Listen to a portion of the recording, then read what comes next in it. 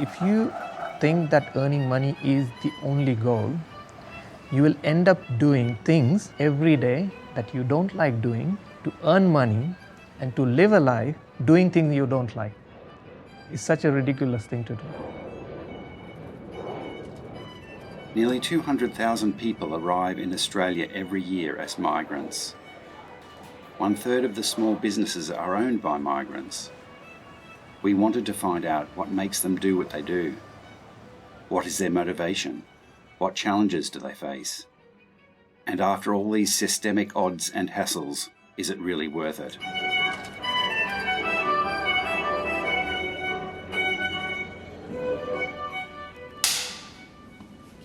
I think it takes a certain kind of person who's got a real tolerance for risk to be an entrepreneur, or just kind of really wants to have that, to own their own narrative. Everything around you, look around you. Every single thing that you're wearing, every single piece of furniture around you, every single building around you, they're all been made by entrepreneurs. Entrepreneurs are nothing but creators, right? So we need creators in this world because only people who create can make the world a better place. Entrepreneur is a very different animal, I would say. Someone who thinks differently, someone who sees the world differently. As an entrepreneur, you will have a very unique way of looking at things.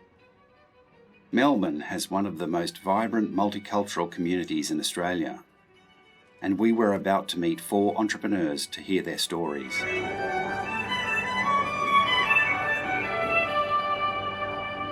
One day my boss told me, like, stop everything. Come with me. You need to understand why we do what we do. She brought me to this beach cleanup, but the organizers actually didn't want to call it a cleanup. It was a beach audit. True enough, an hour after we cleaned the beach, it was dirty again. You know, that's when it hit me how big this problem of packaging waste was. Ultimately, I came here with a huge mission, which was to figure out a solution to this packaging waste problem. I think it was sometime in 2018 when, like everybody else, I was in a 9-to-5, still dancing, but under my guru, but always wanting to understand how I can do something more than this. I was trying to find more purpose in life. For me to pursue entrepreneurship was always a one-point decision. I see the possibilities when it comes to entrepreneurship and something that really keeps me awake, in a good way. But only if it is that simple. There is no doubt about entrepreneurs having to start from zero, but being a migrant entrepreneur often means you have to begin below zero. A number of people I've met, including myself, we have to start from scratch. Nobody knows nothing. It's like you're born again. I mean, in terms of challenges as a migrant founder, I think a very direct one is that the migrant journey is designed for employees. The barriers to entry are hard enough for entrepreneurs. It's a really hard. It's really hard to have success as an entrepreneur, let alone if you're a migrant. You're already, you've got language barriers. You're potentially tackling a little bit of xenophobia, which still probably exists in Australia. I was raised with 2 sisters, so I've technically had 3 mothers, so even at my home, if I want to drink water, I'll just say I want to drink water, and it's just being served to me, and here I am mopping a floor in a foreign world, and particularly you feel people are walking in with their suits and everything, because I was in a CBD district and near Collins Street, so some of your community people as well, very well dressed up, and they come through and you feel, I was just embarrassed to do that kind of work, I mean, I came over here from England 8 years ago. I was a lawyer back in the UK and a captain in the British Army, and I ended up picking fruit, doing door-to-door sales, because I had to start from the beginning, almost.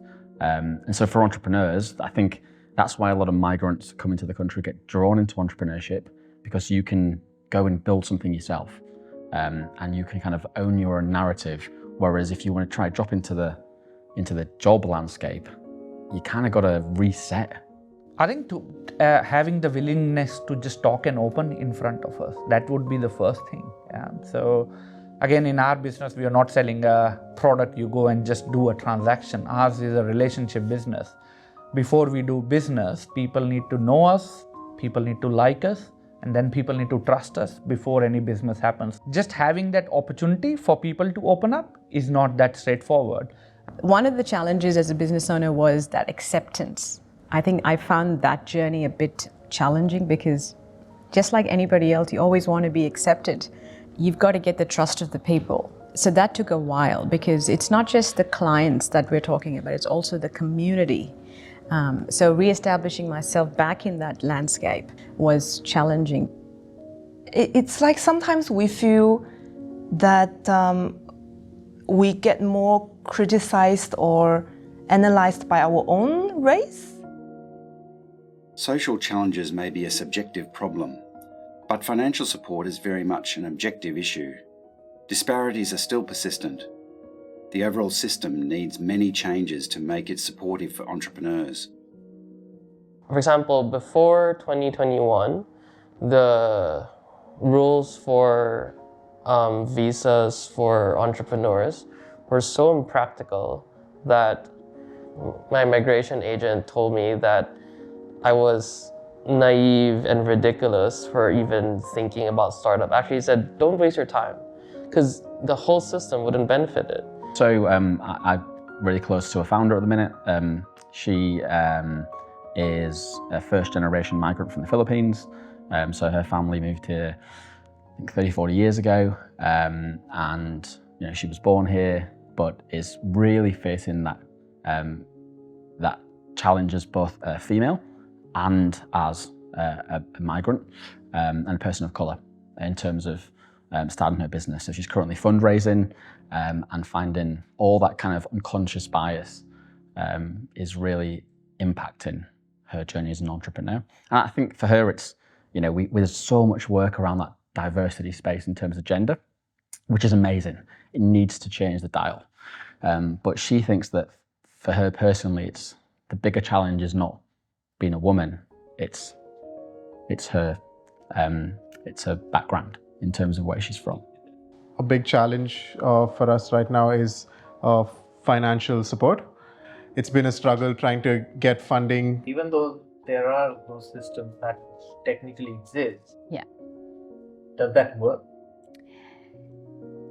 It's a good question that does it work? Because it works, which means does funding happen? Yes, funding happens. But it's who does the funding go to, right? And where do people actually get the information, or where do they get the support? This year, funding in terms of investment into female-founded businesses was 2% of overall funding. Now, at Startup Victoria, our membership is 42% female. And we're generally a very early stage organisation because that's when founders need the most community. So how does 42% translate to 2% of the funding? There's obviously somewhere where there's a huge disparity happening. It is a brave thing to start a business. But just because you are good at something does not mean you will be good at running the business. One of the things I think most founders don't do is really understand why they're building a business. If you understand the why behind your building a business, it becomes really apparent to you what you want to do and what you want out of it. Quite regularly see brilliant people with awesome ideas, great innovators, but they don't have the commercial background in terms of how to do business. Those areas especially, we see a lot of people who struggle to commercialize their business and actually make it successful beyond the idea stage. In order to maintain the right balance between goals, risks and opportunities, having a realistic mindset is necessary. I think there are two sides to the coin when it comes to migrants. They've actually gone ahead and proven that they're resilient, they're adaptable. So these are all qualities of a great entrepreneur anyway, right? So they've already got these qualities. They've proven these qualities already. We tend to overestimate the negative impact of what could be, and we totally forget or maybe underestimate what good that can do.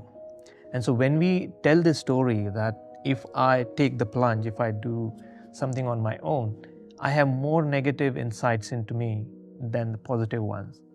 And that sort of makes me do wrong thing because I'm not taking a balanced view. This is one thing that I kept telling myself, and this is what a wise man told me, and that wise man is actually my husband. He said to me, there is an audience for Madonna, there is an audience for Beyonce, there is an audience for Taylor Swift. There will be an audience for Chandralaya. And that's something that really stuck to me because not everybody gets attracted to what you're offering. While the right mindset is essential, personal drive often acts as fuel. Because although discipline can keep you going, only emotions give you that kickstart. It's almost like you got a chip on your shoulder because in two ways. One is you want to prove to the host country and you want to prove that you can do something. The second part is you left your parent country.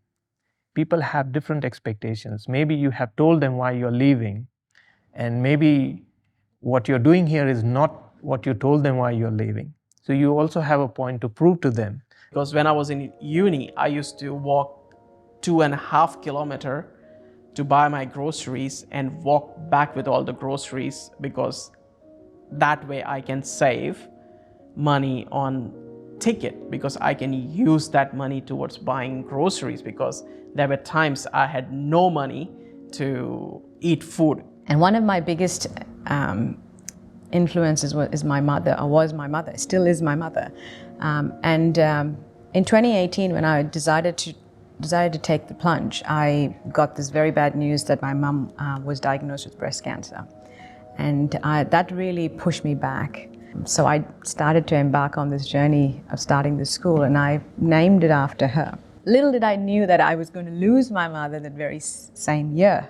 So that was one of the worst emotional journeys I have felt in my life because this was a tribute to her, and I wanted her to see it while she was alive, and sadly she couldn't. But I know every day she's up above looking and really loving this journey that I've created for myself and for others.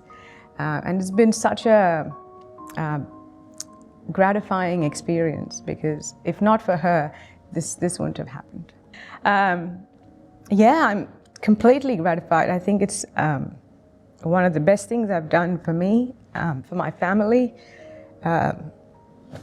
And I feel I'm doing this, it's a purpose, it's a very strong purpose that I've got. Sorry, it's just... No, it's okay.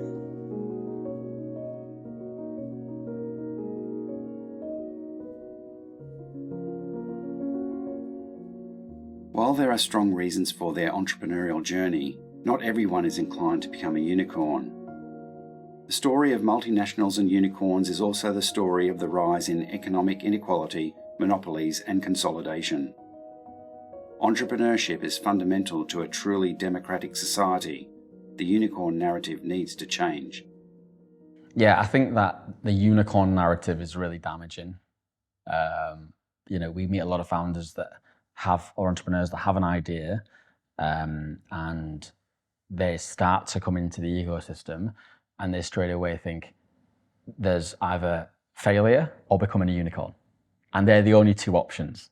Being a unicorn, I think, has been become a fashion now. There's a lot of things that go into these aspects. And so being tied to that dream of a unicorn or a decacorn, I think makes it very difficult for people to really see what success means. So defining your success at the very start is important, and then sort of thinking about what is making it big for you really look like. I think there's a necessity for more education in what it is to define success for you and how to have a good, strong business without trying to reach too high and falling over. Like, there are lots of unicorns out there that have still yet to show how to make profit even many years into it. And as Shimroth was saying, they burn so much supposedly to create value, but if the value that they create is kind of questionable. Something that's important to us is growing sustainably. And obviously we want to make money and we want to be successful, but at the same time, we want our sustainable impact to be tied to our bottom line. So that's something that's important as we scale. There are startups and small businesses which are not just about making a profit. Their definition of success is different. It is equitable. It is inclusive. Collaborating with art organizations to create meaningful conversations about social, economic issues through art, giving out really strong messaging. That is success to me. And at the end of the day, success to me is, am I fulfilled? Is my purpose here fulfilled? So everything I do is with people I love, people I care for, and so to me, all of that needs a significant hard work, so but while that is success, but it's continuous journey, and I always say people need to have something that they are really chasing. And for me, my big thing that I'm chasing is always to be better tomorrow than I was yesterday. And for that, I need to work today. It's not always you have to be a unicorn. You can be a zebra company if you want to. It's a small business, sustainable business. Because at the end of the day, I think when you look at the failure and fear of it, define what is failure for you, define what is success for you. If your business is contributing something in society, if it is making people's life better, you're a success. If you're contributing in someone else's dream to make them happen, that's a success.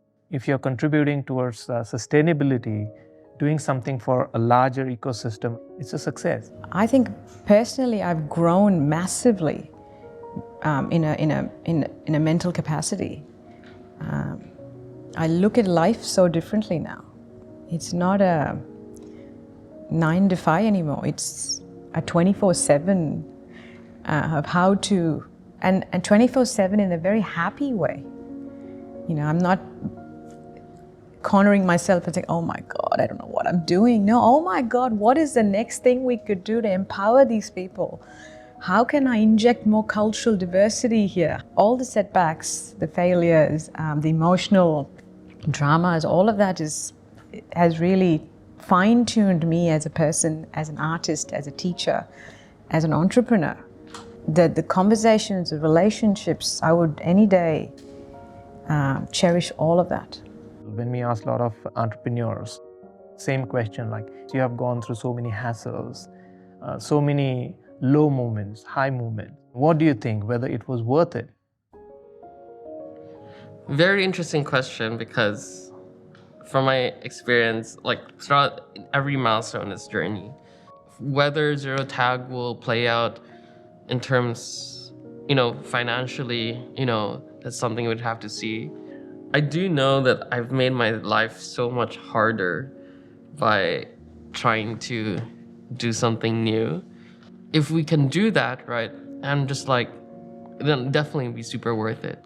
Yes, I mean, definitely. I feel this journey, irrespective of what the outcome is, I've learned a lot. When you're going through something, you feel all the pain in the world. I know the price I have paid for it. Without that, I wouldn't have what I have.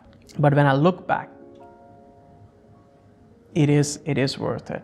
Oh, 100%, 100%. Absolutely.